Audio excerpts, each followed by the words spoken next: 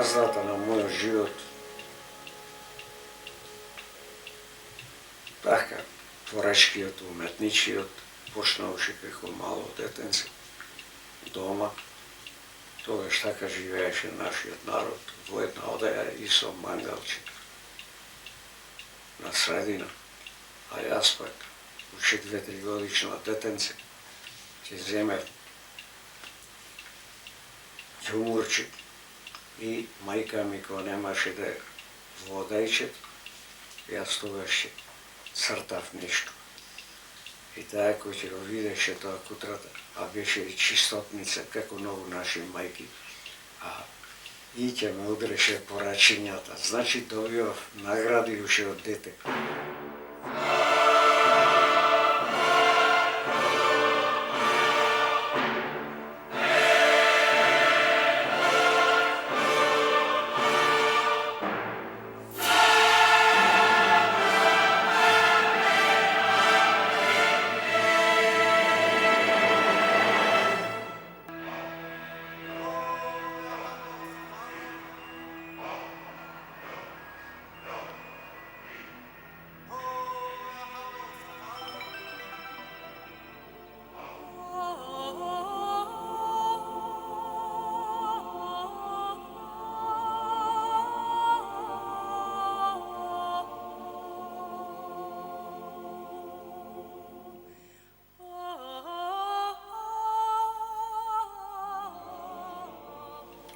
Растејќи година-две, кога почнав да излегувам во Чикмакот со другите другарчиња што живеа во Чикмакот, тие ако се играат таму негде, јас с ним, кој било од ним, ќе почнев да ги цртам на песокот.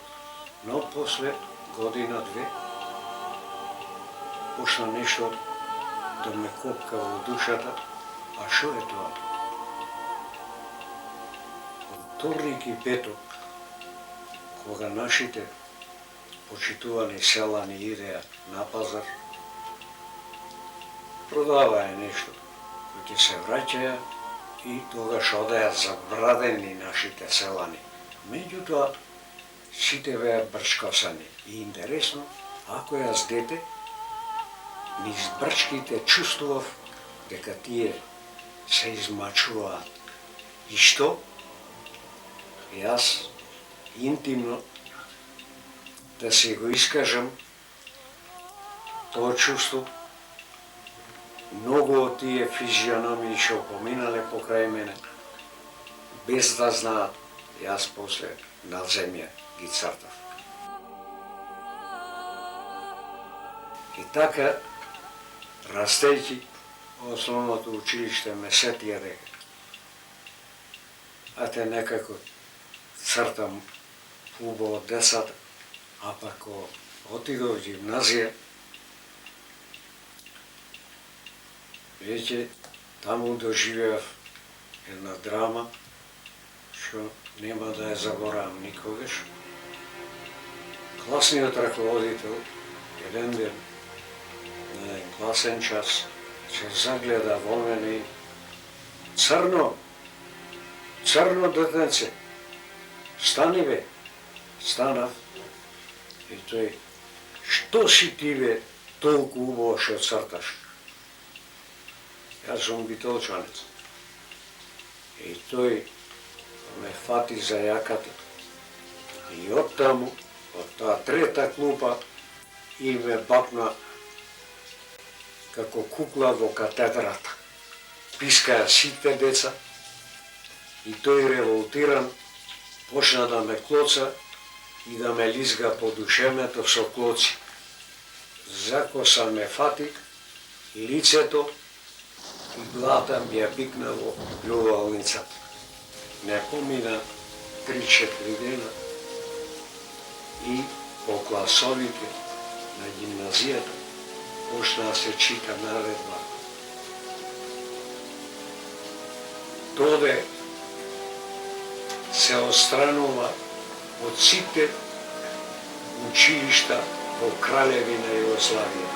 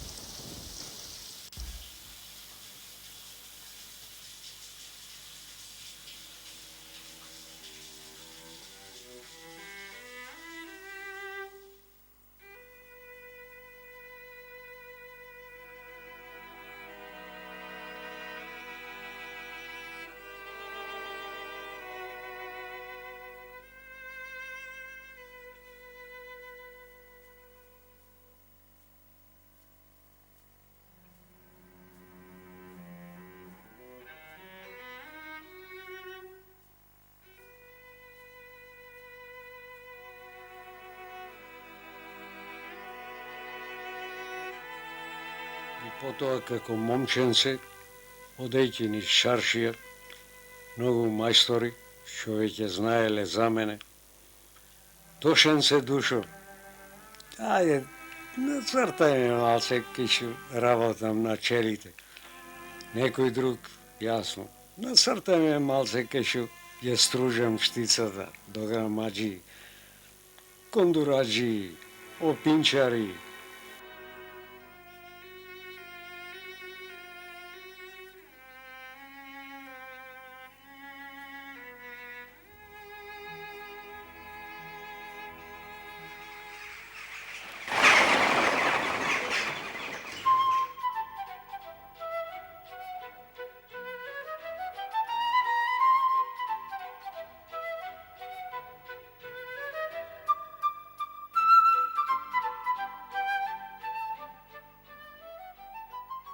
Времето јасно си врви и јас веќе почнав без да сакам, без да мислам на тоа, да ги цртам и градските луѓе, а тогаш Битола јасно секоја вечер вриеше од корзо луѓе.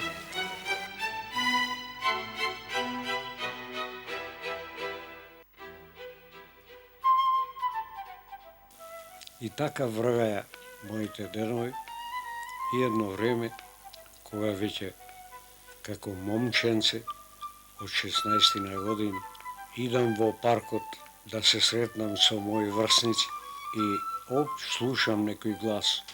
Тоде, Тоде! Од наближа кога гледам Стевчи. Стева наумов Стив. И ме седна на клупата тој кај што седеше, ме сврте и ме загледа, тој поглед не можам да го заборавам. Таков поглед, некој студиозен, чуден поглед, да, ме гледа и само, аве Тоше, случајно ако остани жив, кој знае што човек ќе види од тебе.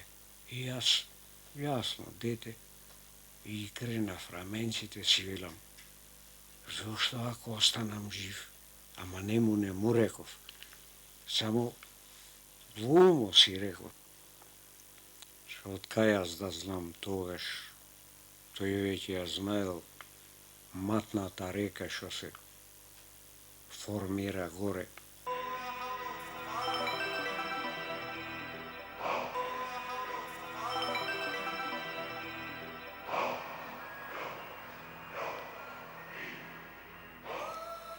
Кога дознаја и фотографите, се случи најдолу што беше фотографот и тој еден ден. Тоше Душо, оти не идиш кај мене да ми ретушираш. Не помина пол саат, сите 6-7 плочи му и ретуширав и тој. Леле бе, оној што го слушам од моите колеги, другите фотографи, абе вистина билове, абе леле бе, абе минута, две бе, како бе, а нам ни треба бе, абе по сати ни треба бе, најмалце 2 сати еден плоча да ретушираме. Тој беше Милтон Маначи.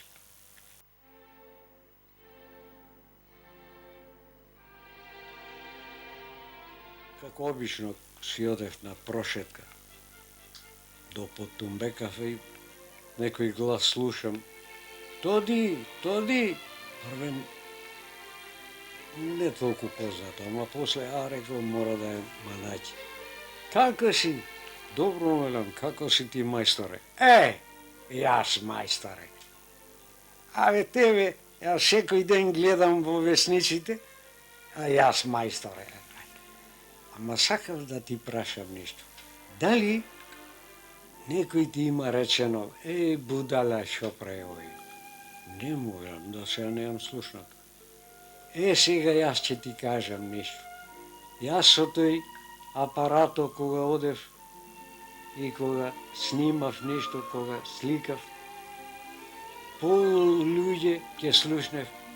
Шо прави овој Манати, овој будала? Може и за мене рекол да велат, ама јас не слушам. И тук, шо ќе му правиш бе тоде? Таква е нашето работа. Јас тоше, кој ќе си одев дома и ќе си пишев нула. Знаеш зошто? Ами, будала Манати, ама во умо си велев, кога да е, ќе пишам еден напред. На сите нули ќе пишам едно напред. Со Тоде Ивановски се познаваме уште како деца. Меѓу децата од Малата и од Барко секако беше и Тоде. Препознатлив меѓу нас, децата, ако ние носевне нешто за јадење, Тоде не се делеше од блокчето и едно шишенце носеше, меѓутоа не беше мастило, ами некој раствор, дали од боја за чели или слично, или саги, и со ишилено дрвце. Црташе и од околината, ама и често пати и од нас, кај што седиме, кај што се капиме, шетајки по широк сокак, па до Тумбекафе, многу мина ни завидуваа, затоа што Тоде беше познат веќе како уметник и како спортиста на игралиште. Се одушевувавме од неговата игра. Тоа исто, таа уметност што беше кај Тоде, ја применуваше во фудбалот.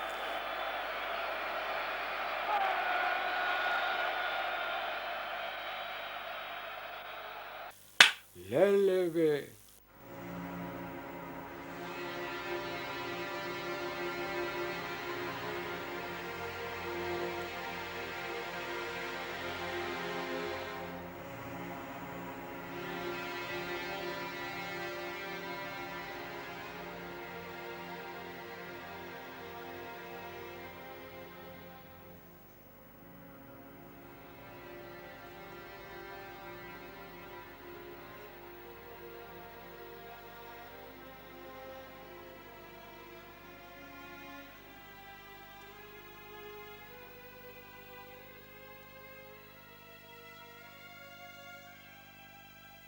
Најдраматичниот миг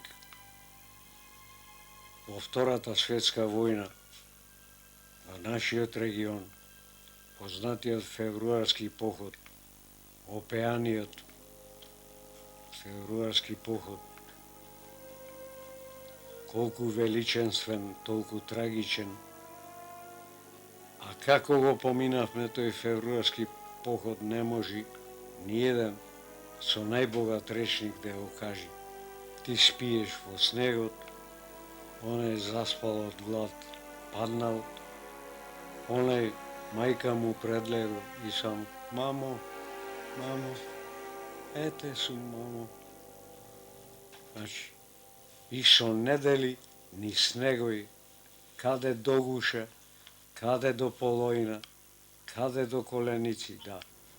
И се случило и цела единица да спие во снегот и врни над неа снег. И кој ќе се разбудевме јасно, пак собиравме сили и така. Откако се случи да го совладаме тој чин. Надзидниот весник на втората бригада, јас 7-8 цртежи, сум те нацртал тебе, а ти без да знаеш, сум го нацртал него без да знае, сум нацртал колона без да знае. И, значи, изложба во село Зборско, тај на Кожув планина. Ама тоа се случи веќе во март месец, во првите дани на март, откако се пододморивме малце од февруарскиот снег. Верувам дека е единствен случај да, а тоа го забележале и мои колеги повозрастни од Словенија, Хрватска, од Србија, да го забележале дека прва изложба во НОП, да, Тодо Ивановски во село Зборско.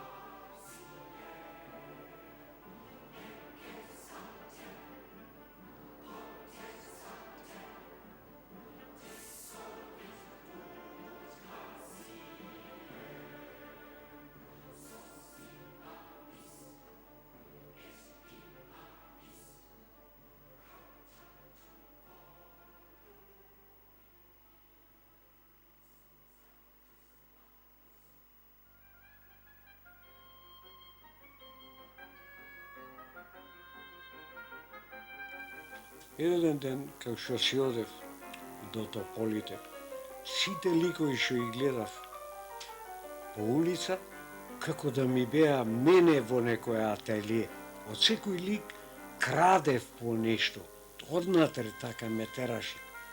Од некој окото ќе го украдев, од некој ликот, од некој носот, од некој увото, од некој интересно, од некој одењето.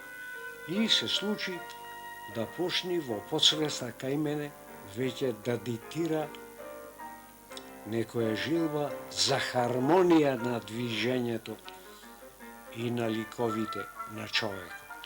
И после кога стана фудбалер, сите играчи, и моите соиграчи, и противничките, во суштина ми беа и модели.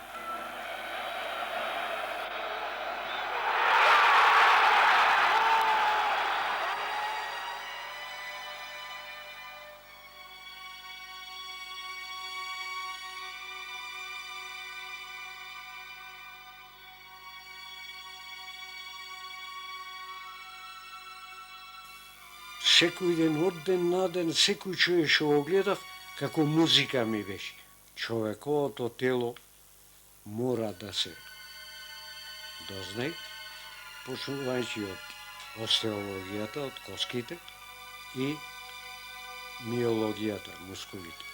И така се случи неколку месеци да ги цртам само коските на човекот, да ги имам пред очи секојаш, секој човек што го гледам, и мускулатурата. Значи, основицата на ликовната уметност е точно во конструкцијата на човековото тело.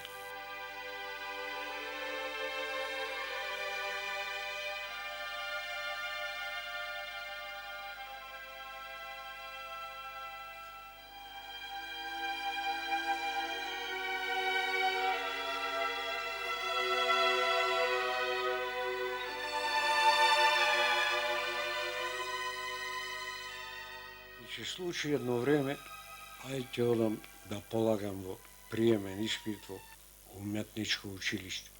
Додека и други цртаат, полагаат и тие, ете се тројцата, Мартиновски, Личеновски и Кожоман. Другар како и беше името? Тоде реков. Другар Тоде, имаме видено шегаджија, ама од вас поголем шегаджија немаме видено. И јас, зашто, другари професори, ве молам, зашто јас шегаджи? Ти наместо да ни кажиш во која академија си учел, ликовно, и ти идиш овде да се шегуваш со нас. И јас, не другари, верувајте, другари професори, верувајте, тоа јас то и немам нигде учено академија, ликовно. И тие се погледнаа, тројцата се насмеа уште еднаш. Аха, пак се шегува со нас. После, поминаа години, се зедовме со сопругата и јас си продолжувам. А тоа си цртам, си повторувам по анатомија човек. Арнама, бидејќи во една одеја само живеевме, одвај чекав да заспие таа, и од кога ми се родија децата, одвај чекав да заспијат и јас до утре сабајлето да цртам. И така од ден на ден, да. И се формира некој Тоде Ивановски.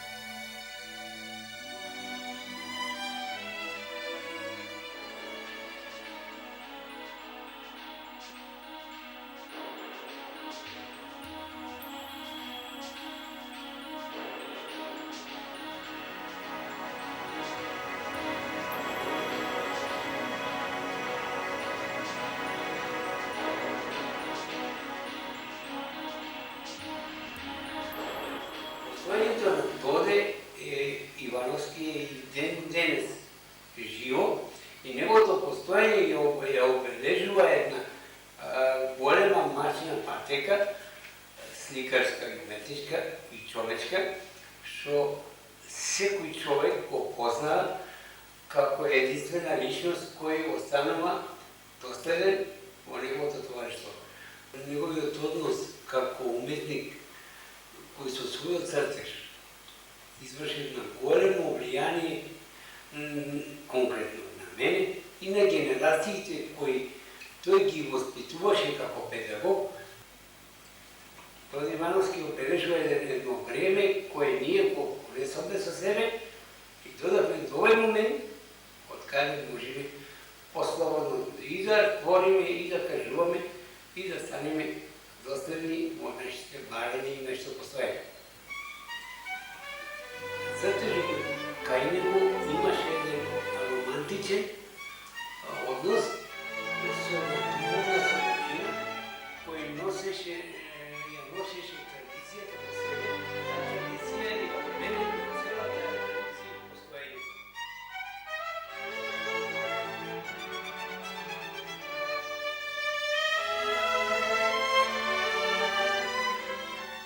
Тоде, сега војска имаме, оди во Неготино и не мина известно време и ода. И навистина, и јас во Агитпро. Едно што цртав, цртежи големи, помали, за разни прослави и така натаму, а и интимни цртежи, ме ставија и како учител во ликовно во гимназијата. Покрај овие две действија да бидам јасно и како режисер на театарски, дилетантски групи. Една вечер, без да знаеме дека од Скопје дошол театар и членовите на тој театар се скоро во првите редови, кога заврши нашата представа, и влегуваат неколку души. Меѓу ним Петре Прличко, Илија Џувалековски, Тодорче Николовски, да, и други. Еден глас многу чуден, како да рикна од земја. Јас мислев дека сум Јеротие, ете го Јеротие. Јеротие тој бил, јас не сум Јеротие, другари, ете го Јеротие. После дознав дека е Петре Прличко. Другар, доде, ти иди со нас, готово, ние го формираме Македонскиот народен театар. И јас сарно, ама сепак имам специјални задачи за тука, да. И не ќе може.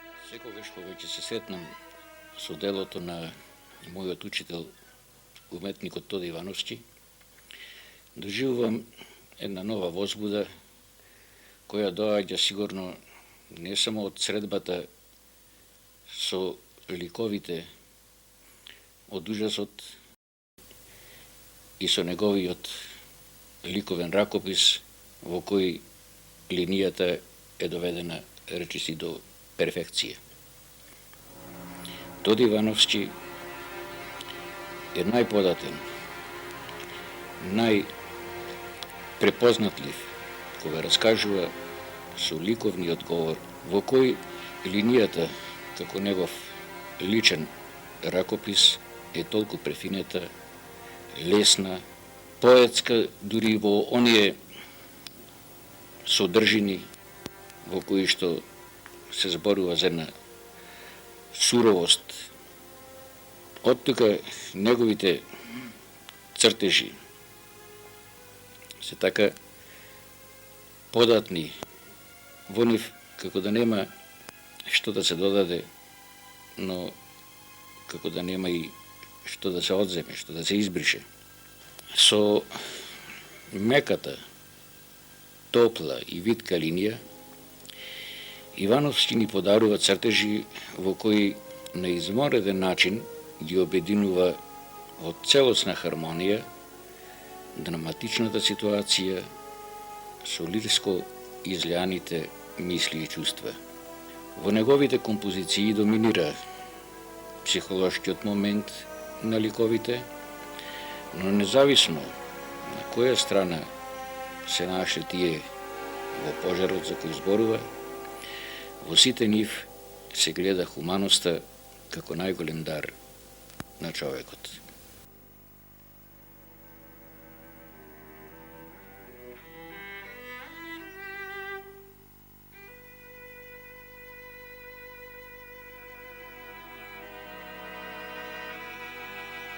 И што се однесува сега до мојата душевна надградба, верувајте, во секоја чекора на секој другар, и познат и непознат, или прв пат го гледам, или 100 пат го гледам, да, чувствував некоја драма и сакав да ја овековечам некако. Во подсвеста длабоко, како корен, остаеше од душата ми диктираше тоа и ми диктира. И уште 1000 години да живеам, ќе сликам револуцијата.